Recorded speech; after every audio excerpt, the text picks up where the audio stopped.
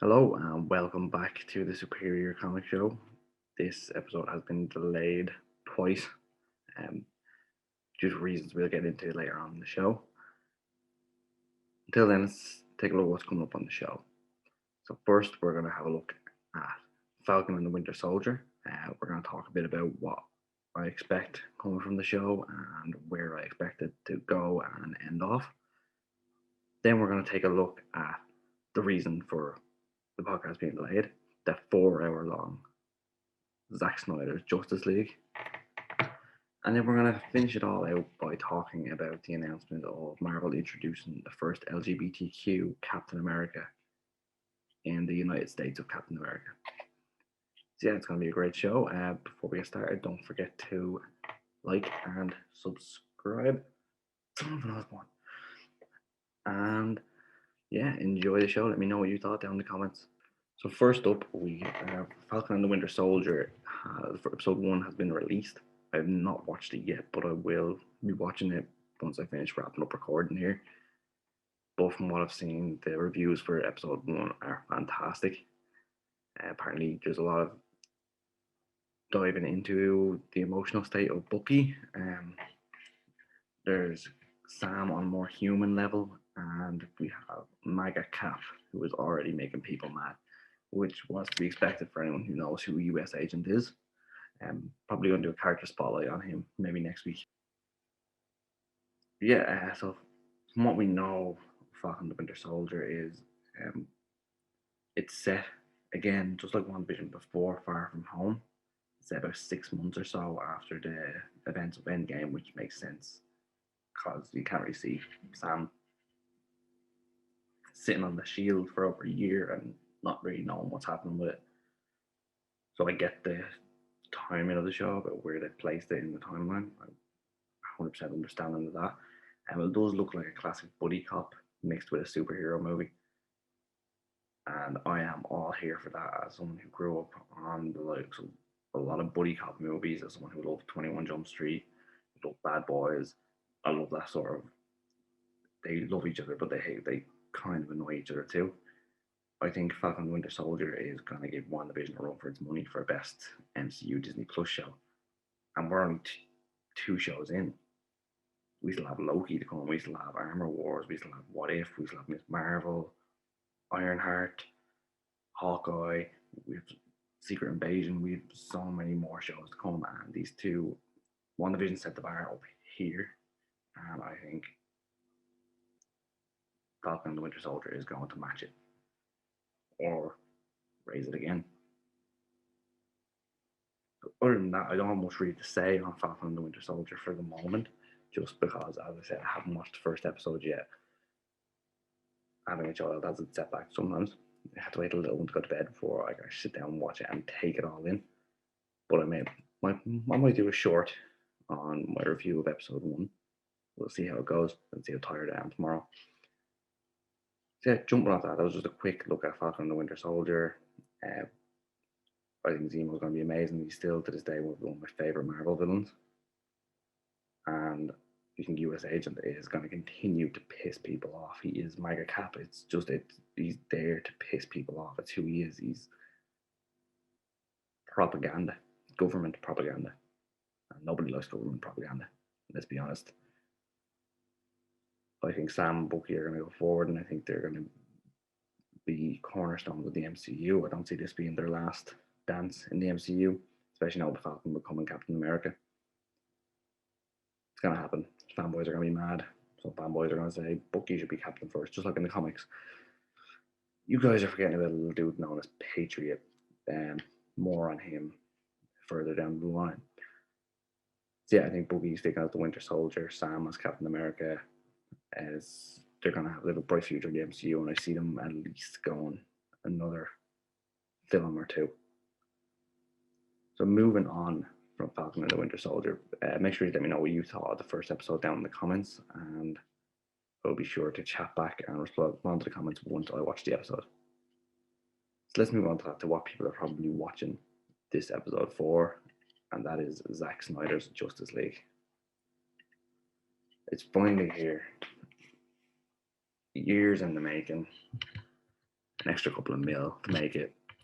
But Zack Snyder's Justice League is finally available to watch when you have the time. As I mentioned, I tried watching it in work on Wednesday so I could record and release this episode on Wednesday, but unfortunately, some rude customers were expecting me to do my job instead of watching superhero movies. I know, right?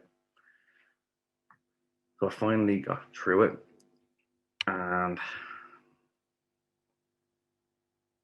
I'm going to be honest here. I'm always honest. I'm not going to beat around the bush. I'm going to open this up with 3 words. I was wrong. That was difficult. I went in the past and constantly stated that Zack Snyder's Justice League is not going to be the saving grace of the DCEU. It's not going to be as good as people are making out because they're hyping it up too much. And I spoke out against some of the release of Snyder Cut campaigners, more so about their abuse to executives and producers. I'm all for campaigning for a director's cut that you really want to see, but once abuse comes in, it's a no-no. So yeah, I was wrong. Zack, I'm sorry. Also, before I get more into this, I just want to say thank you to Zack Snyder, not just for this movie, but for condemning the geeks and gamers community as for the hate that they spew. That was a very bold and brave move to just do right there on a stream. So I so much respect for that.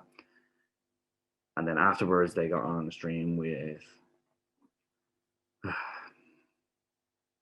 Eden Von Skyver and sarcastically and jokingly we're talking about murdering Asian people just after that massacre in America. I say this before going any further on this.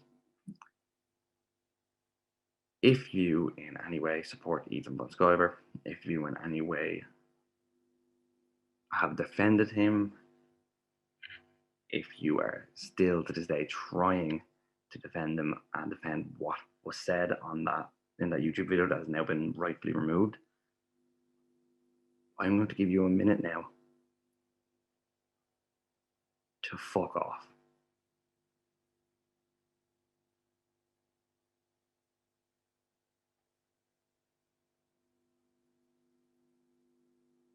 Cool. So if you're still here, you either are a well-adjusted, decent human being, or you're so far up Ethan Von Skyver's hole that you cannot find the escape button. Anyway, let's move on. I just feel like I have to announce that, because especially since one of our friends of the show, Task, has been abused so much on Twitter for basically calling them out on the bullshit. Moving on to the point at hand. Zack Snyder's Justice League is not the perfect movie. It isn't. I'm not gonna jump on that hype train. It is not the perfect movie. There's no such thing as a perfect movie. It is a drastic improvement on what we got. And it delivered what it said it was going to deliver.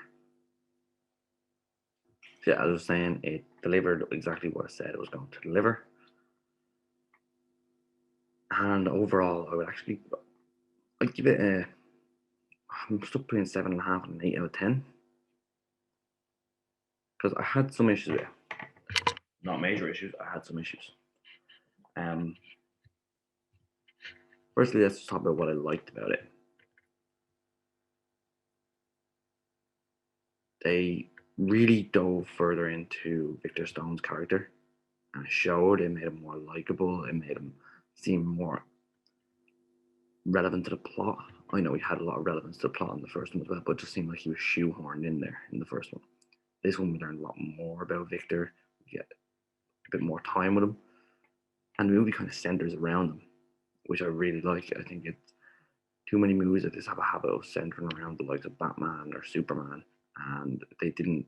Zack went with and centered it a lot around Cyborg, which was fantastic.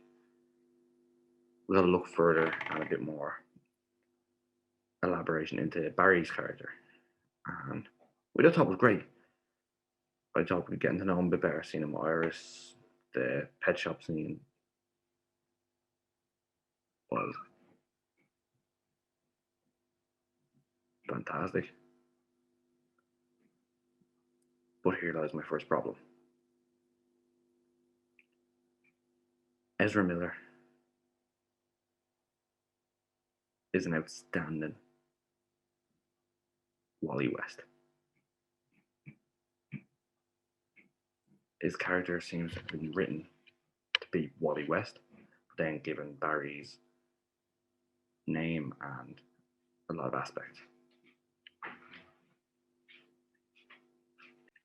So yeah, like they get him the dad in jail, they get him the dead mother, they get him the criminal studying crime scene investigation.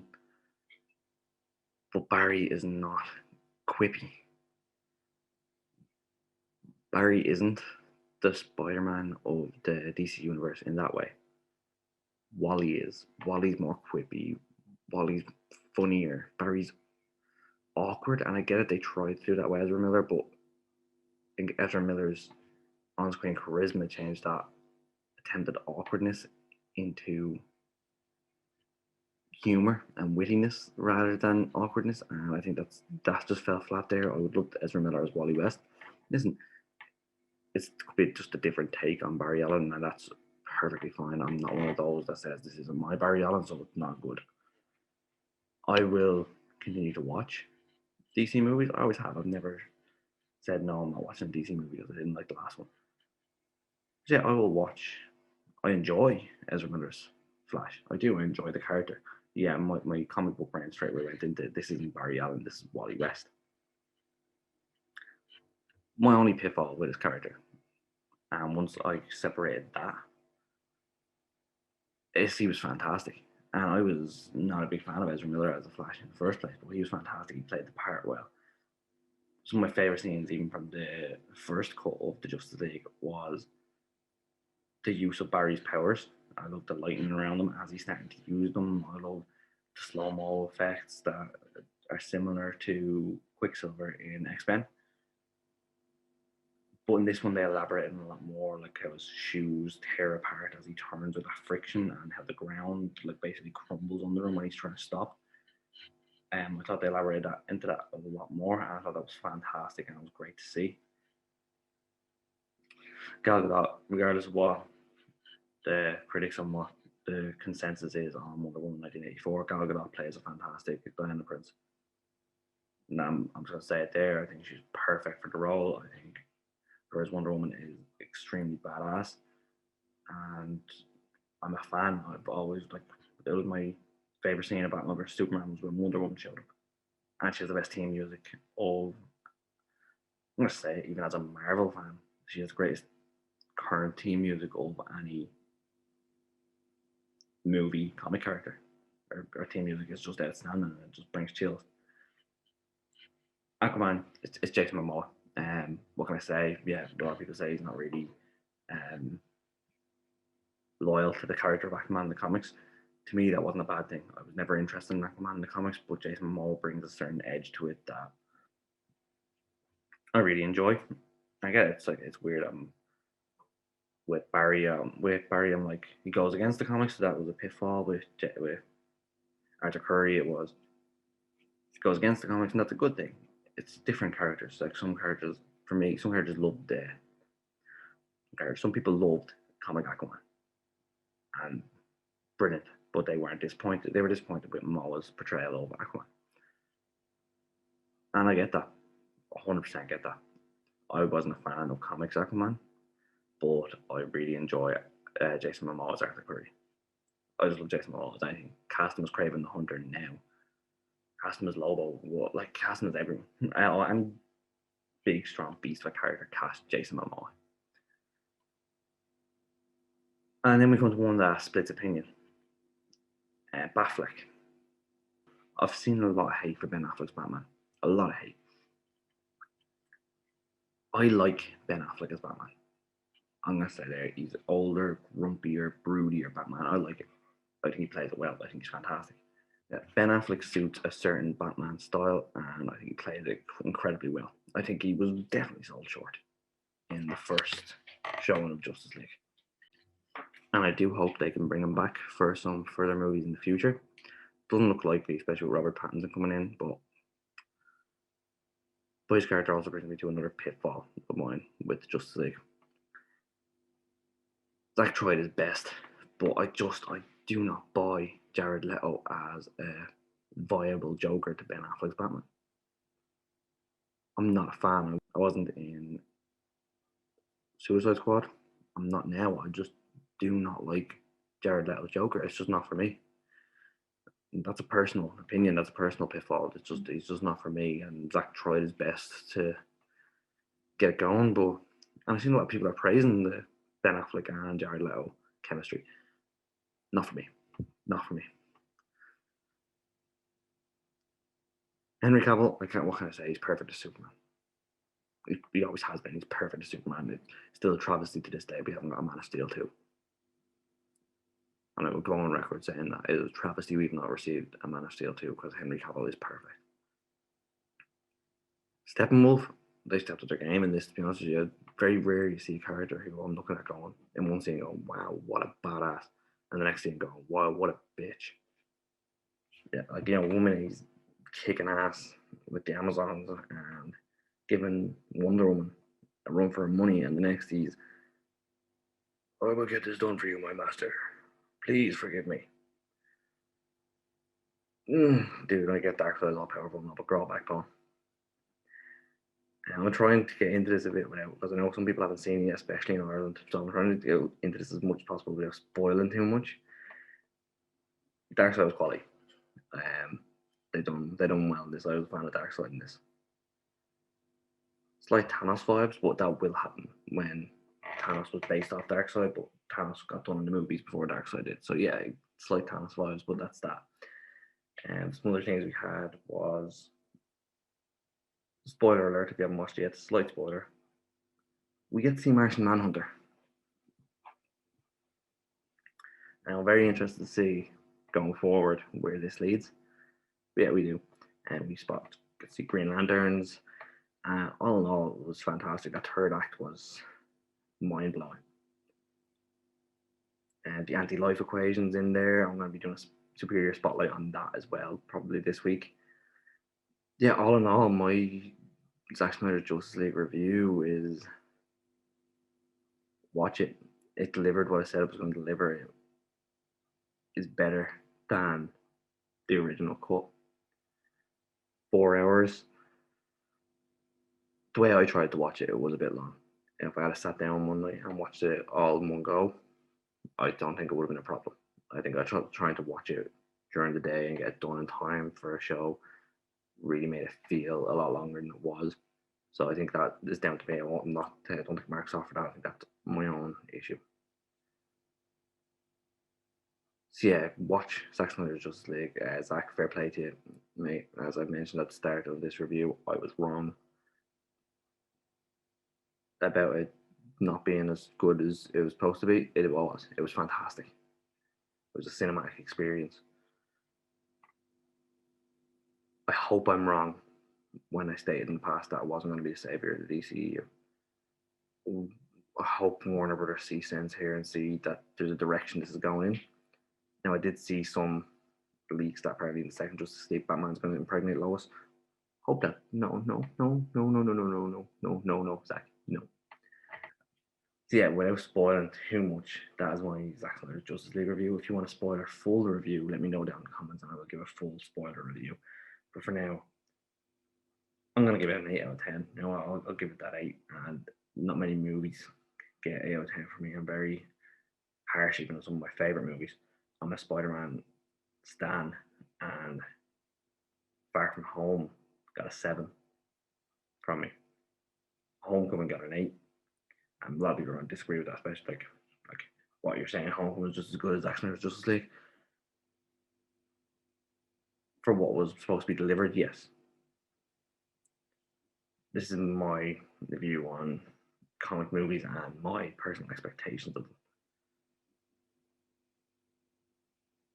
Not many get higher than 8. There's a couple. If you want to know them, ask me. I'll tell you. I'll happily tell you. So yeah, Zack Snyder, well done.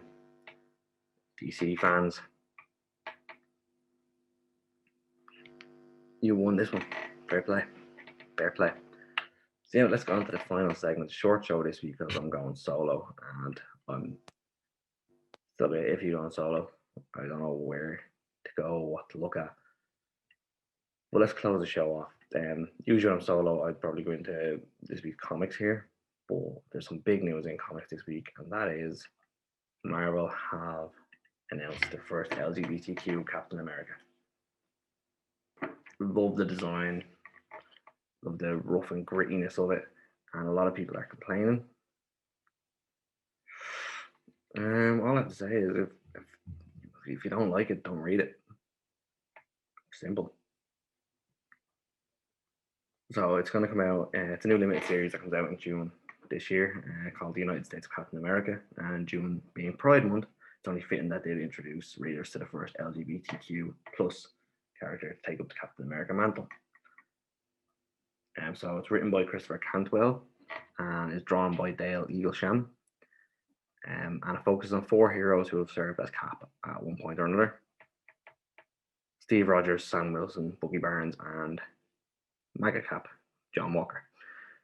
So they're going on a cross-country journey to track down Steve's missing shield, and along the way they'll meet a number of ordinary Americans who have been inspired by Captain America to help their communities. And this is where a new hero, Aaron Fisher, comes in. So he'll debut in issue number 1's main story and star in a backup feature written by Aaron Trujillo, sorry if I'm pronouncing that wrong, and drawn by Jan Bazaldua. I'm pronouncing that completely wrong. I apologize, Jan. I'm sorry. But those two are the creator of the character as well. So he's an openly gay man and self-proclaimed Captain America of the railways. So he protects the runways and protects the homeless, and doesn't have any powers or resources, but he is inspired by Captain America and also by heroes of the queer community, activists, leaders, and everyday people pushing for a better life, according to Trujillo. I'm butchering names. I'm awful. I'm so sorry. Basically, he stands for the oppressed and the forgotten, and he states, "I hope his debut story resonates with readers and helps inspire the next generation of heroes."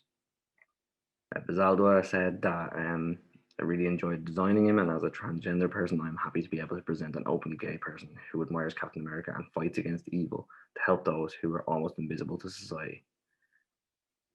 So basically, the design was done in mind was Cap fights against super powerful beings and saves the world almost always, but Aaron helps those who walk along the street with problems they face every day.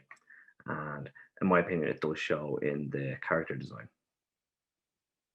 So I'm very interested to see where the story goes. The United States of Captain America goes on its own, as it is, but I'm very interested to see Aaron Fisher come into the comics, and I think it's a fantastic piece of representation for the LGBTQ plus community, and I have zero issue with it. I don't know why anyone would. It's someone who was inspired by Cap. He is not the new Captain America. He is an iteration of Captain America. He's inspired by him. Bucky's not Cap. Sam's not Cap. John Walker's not Cap. They all took on the mantle. And Fisher has taken on the mantle in his own little community and his own way, and is using that to do good in the world. And I'm all for that. And I personally cannot wait to read Aaron Fisher and see what he's all about. So yeah, listen, a relatively short show this week. I apologize for the long gap in shows. And we do have some exciting shows coming up soon. In a couple of weeks' time, I'm going to be talking to Maureen Gu, who is the current writer of Silk. That'll be released soon. I'll be talking to her possibly, I think, a week before the first issue releases. So that's going to be exciting.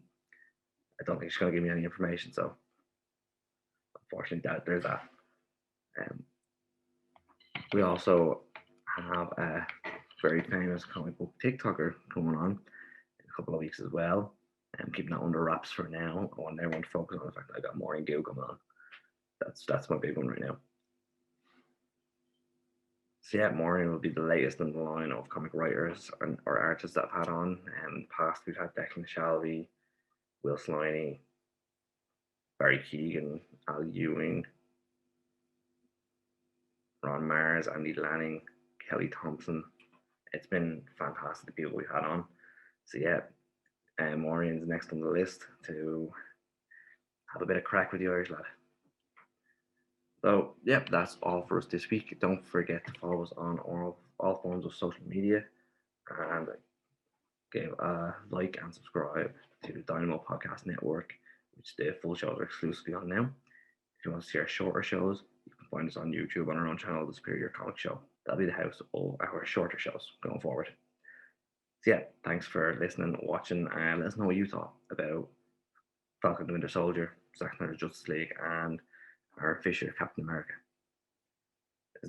Everyone, stay safe and have a superior week.